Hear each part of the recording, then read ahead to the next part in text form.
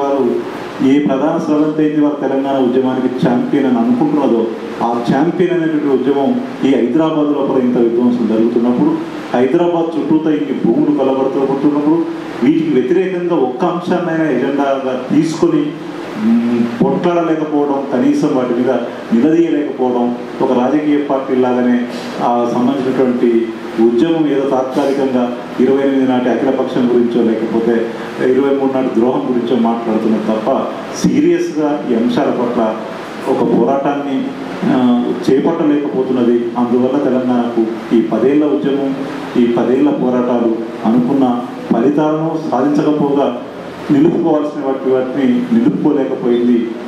అయితే అట్లాంటి ప్రయత్నం చేస్తున్నటువంటి సంస్థలు బహుశా టీఆర్సీ లాంటికైతే అవగాహన ఉన్నది. టీఆర్సీ భాగస్వామ్యంగా ఉన్నటువంటి ఒక తెలంగాణ ప్రజాఫ్రంట్ లాంటివి ఉన్నాయి. ఈ సంస్థలు ఆ ప్రశ్నలు వేస్తూ ఉన్నాయి, వాటి కోసం ప్రయత్నం చేస్తున్నాయి. చిన్న ప్రయత్నాలనే కావచ్చు, కానీ తెలంగాణలో ఆ ప్రయత్నం జరుగుతూ ఉంది. ఇది ఆ అమలులో దృష్టిలో లేకుండా తెలంగాణ ఉద్యమం లేదు.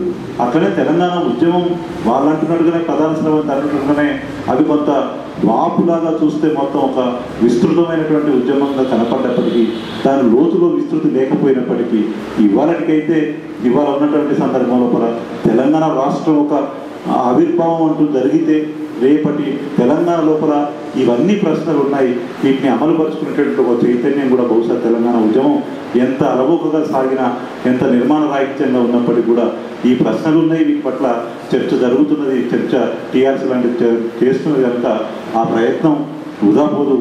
కనుక అది తెలంగాణ రావటం అనేది మనం దూరంగా ఉన్నా, ఆ సంస్థలకు బయట ఉన్నా, మనం అందరం కూడా ఆ ప్రధానమైనటువంటి స్రవంతిలో భాగస్వామ్యం అవుతూనే తెలంగాణ రాష్ట్ర సాధన లక్ష్యంగా ముందుకు పోతున్న సందర్భంలో ఈ ప్రశ్నలు వేస్తూ ఈ చర్చను కొనసాగించాల్సిన అవసరం ఇవాళ ఉంది, రేపు ఉంటుంది, ముందు కూడా ఉంటుందని చెప్పి అవగాహన తెలియజేస్తూ నరసింహారెడ్డి